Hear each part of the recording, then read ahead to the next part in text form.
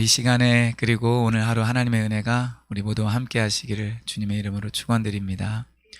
오늘 50장, 51장은 예레미야에 많이 나온 그 바벨론 왕국의 멸망을 예언하는 내용입니다.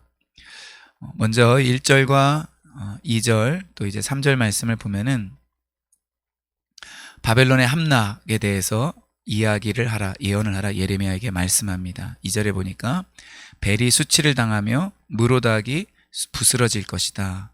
그 신상들은 수치를 당하며 우상들은 부스러진다. 이렇게 예언하라 말씀하고 있습니다.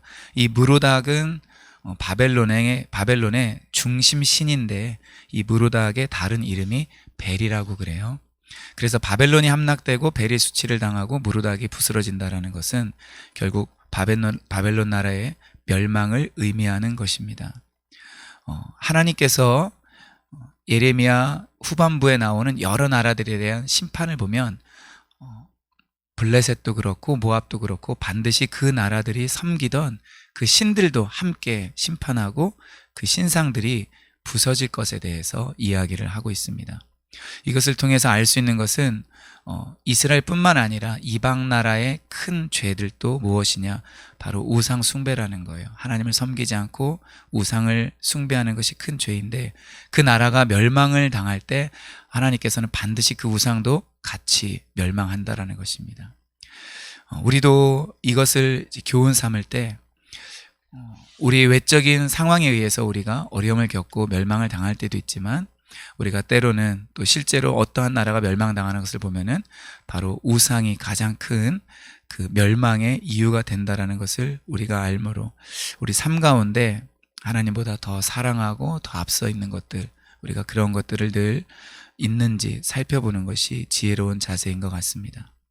3절에 보면은 한 나라가 북쪽에서 나와서 글을 쳐서 그 땅을 황폐하게 한다라고 말을 하고 있는데 9절에도 보면은 보라 내가 큰 민족의 무리를 북쪽에서 올라오게 하겠다. 그래서 바벨론을 대항하게 하겠다라고 말을 합니다. 이 바벨론이 사실은 다른 나라에 의해서 항상 보면은 북쪽에서 오는 나라였어요. 근데 바벨론이 멸망할 때도 보면은 북쪽에서 오는 큰 나라에 의해서 바벨론이 멸망당할 것이다 라고 이야기를 합니다. 여기 50장에 나와 있는 이 북쪽에서 오는 적은 바로 이 바사, 페르시아의 고레스를 가리키죠. 그래서 바벨론이 539년도에 그러니까 주전 539년도에 이 바사의 고레스에 의해서 멸망을 당하게 됩니다. 그런데 하나님께서는 4절과 5절에 놀랍게도 그 가운데서 이스라엘의 회복을 말씀하세요. 4절에 보면 이스라엘 자손이 돌아오며 유다 자손도 함께 돌아올 것이다 라고 말을 합니다. 이스라엘 자손은 이제 북이스라엘, 아수르에 멸망당한 북이스라엘이고 여기 나온 유다는 남유다, 바벨론에 의해 멸망당할 그 남유다를 가리키는데 하나님께서는 북이스라엘도 잊지 않고 계신 거예요. 그래서 이 북이스라엘과 이 남유다 자손이 다 함께 돌아올 것이고 그들은 회복될 것이다 라고 이야기를 하고 있습니다. 우리도 늘 기도해야 돼요. 대한민국을 위해서 기도할 뿐만 아니라 우리는 북한을 위해서 늘 기도해야 됩니다. 그래서 이 북한과 이 대한민국이 함께 그리스도 안에서 하나님의 그 사랑과 공의 안에서 회복되도록 기도해야 됩니다. 우리는 반드시 북한 백성들이 회복되기를 기대하고 기도하고 잊지 말아야 돼요. 반드시 잊지 말아야 됩니다. 너무나 많은 이 남쪽에 있는 그리스도인들과 일반 이 사람들이 북한을 그렇게 염두에 두고 있지 않는 것 같아요. 그러나 우리 그리스도인들은 그들을 절대로 잊어서는 안 됩니다.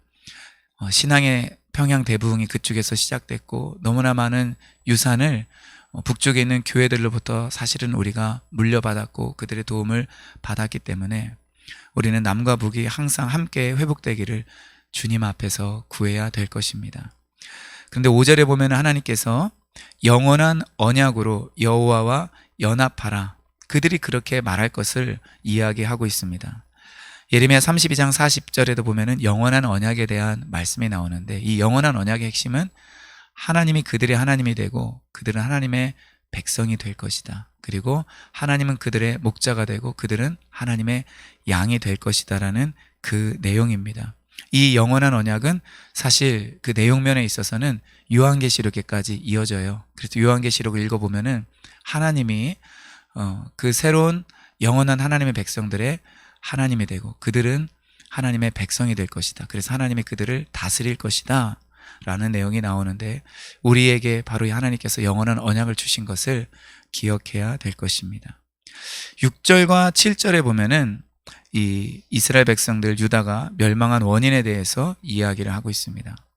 하나님은 6절에 내 백성은 이스라엘은 잃어버린 양떼로다. 그 목자들이 그들을 곁길로 가게 했다라고 이야기를 하고 있습니다.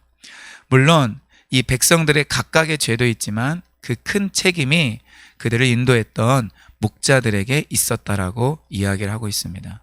그러면 이 목자들은 누구일까요? 이 이스라엘과 유다의 역사를 기록한 책들을 보면은 백성들을 우상 숭배에 빠지게 했던 가장 큰 원인은 사실은 왕에게 있었습니다.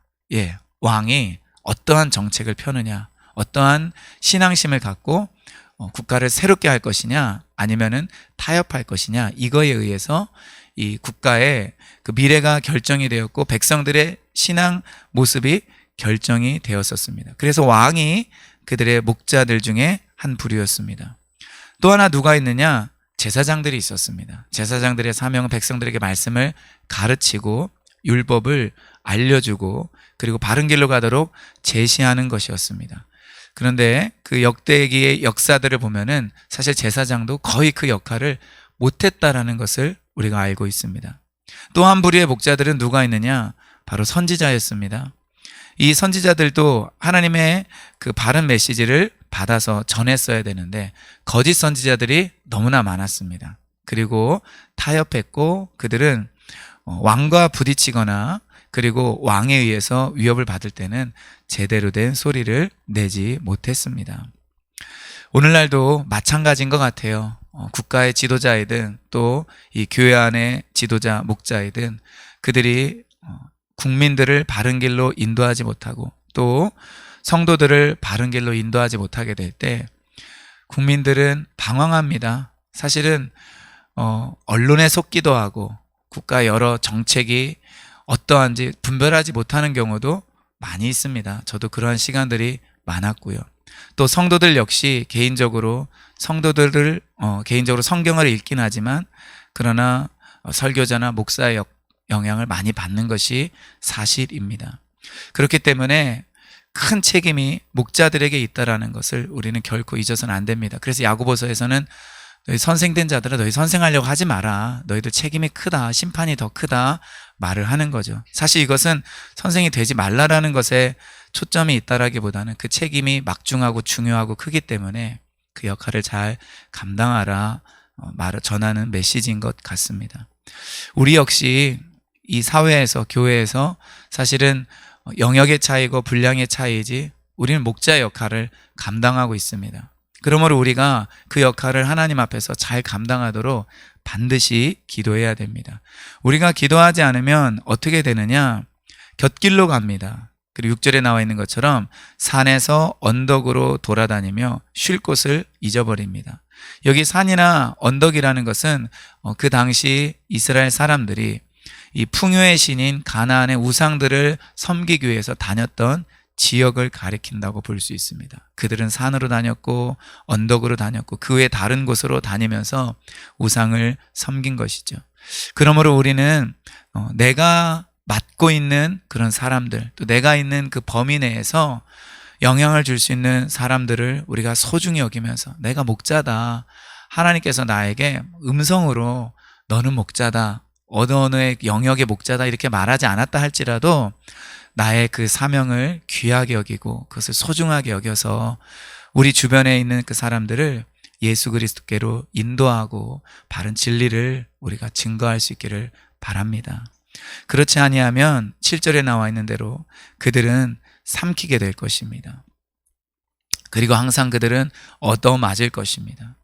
그리고 그들은 여호와를 떠나는 일이 일어나게 될 것입니다. 우리가 목자라는 마음을 가지고 이 사명을 잘 감당할 수 있기를 바랍니다. 우리 8절부터 10절에 보면은 이 바벨론 가운데서 도망하라 라고 이야기를 하고 있습니다. 바벨론을 멸망시키는 이 바사의 고레스의 군대가 오기 때문에 이 바벨론 지역에서 빨리 도망가라. 그래야 그 북쪽에서는 군대에 의하여 멸망당하지 않을 것이다 라고 말하는 거죠. 어떻게 도망해야 되느냐? 양떼에 앞서가는 순념소 같이 하라라고 이야기를 합니다.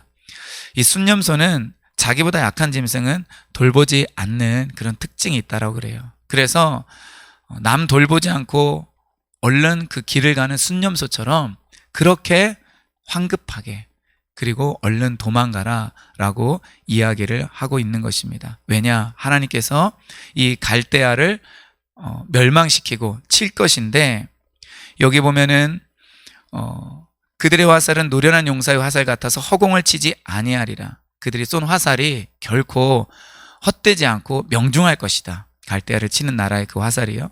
그래서 10절에 갈대아가 약탈을 당할 것이다. 그를 약탈하는 자마다 만족하리라. 하나님이 이렇게 말씀하십니다. 그래서 아주 분명하게 심판이 있을 것이다 라고 이야기를 하고 있습니다.